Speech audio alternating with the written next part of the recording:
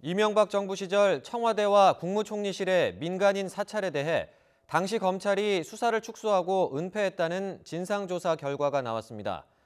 핵심 증거인 USB가 7개나 사라진 의혹에 대해서 감찰이나 수사가 필요하다고 권고했지만 청와대 개입 여부는 규명하지 못했습니다. 조성우 기자의 보도입니다.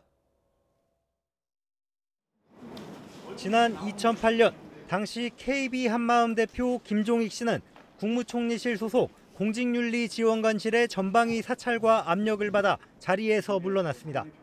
이명박 대통령을 비판하는 동영상을 블로그에 올렸다는 게 이유였습니다.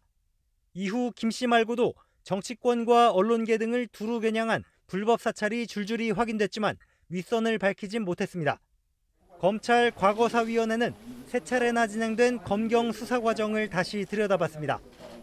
과거사위는 먼저 김종익 씨가 대통령 명예훼손 혐의로 수사받을 때부터 검찰이 불법 사찰을 알았거나 알 수 있었는데도 문제 삼지 않았다고 지적했습니다. 총리실의 자체 조사로 시작된 1차 수사와 내부 폭로로 촉발된 2차 수사 모두 부실했다고 평가했습니다. 특히 첫 수사 당시 압수수색 시기가 늦춰지면서 총리실이 증거를 없앨 빌미를 줬다고 봤습니다. 하지만 권재진 당시 청와대 민정수석과 노한균 당시 서울중앙지검장 등이 조사에 응하지 않아 청와대와 검찰 사이 조율은 규명하지 못했습니다. 다만 2012년 2차 수사 때 청와대의 개입 정황이 담긴 핵심 증거인 총리실 김경동 전 주무관의 USB 8개가 대검 중앙수사부에 전달된 사실을 새로 확인했습니다. 이 가운데 USB 7개에 대한 처리는 확인되지 않았다면서 증거 은닉 가능성을 제시했습니다. 과거사위는 이 때문에 당시 중수부의 행위가 수사 방해에 해당할 수 있다면서 감찰이나 수사를 권고했습니다.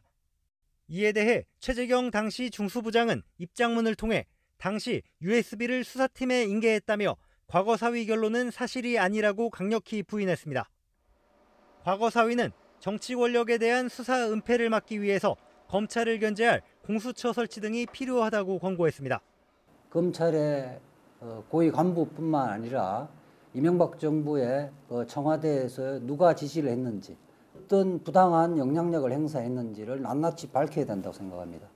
무엇보다도 불법 사찰에 대한 국가 책임과 피해자들의 명예회복, 검찰의 사과를 권고하지도 않았다는 점에서 과거사 진상조사도 반쪽짜리에 머물렀다는 지적은 불가피해 보입니다. YTN 조성호입니다.